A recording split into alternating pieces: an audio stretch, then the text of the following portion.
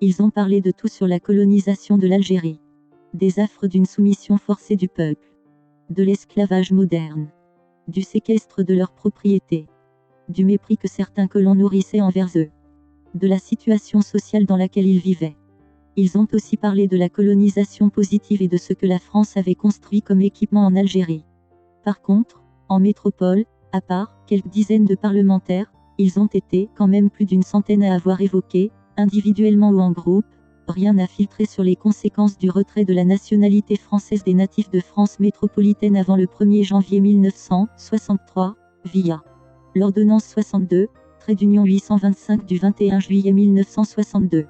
L'omerta totale. Le silence assourdissant et perçant. Un volet que d'aucuns ne souhaitaient aborder.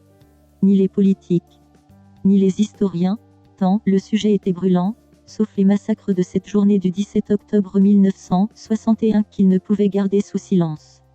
Quant au rapport Stora, aucun mot sur la défrancisation d'enfants, pourtant spécialiste de l'histoire du Maghreb et de la guerre de l'Algérie. En effet, des centaines d'enfants innocents ont été sacrifiés par la République qui les a vus naître.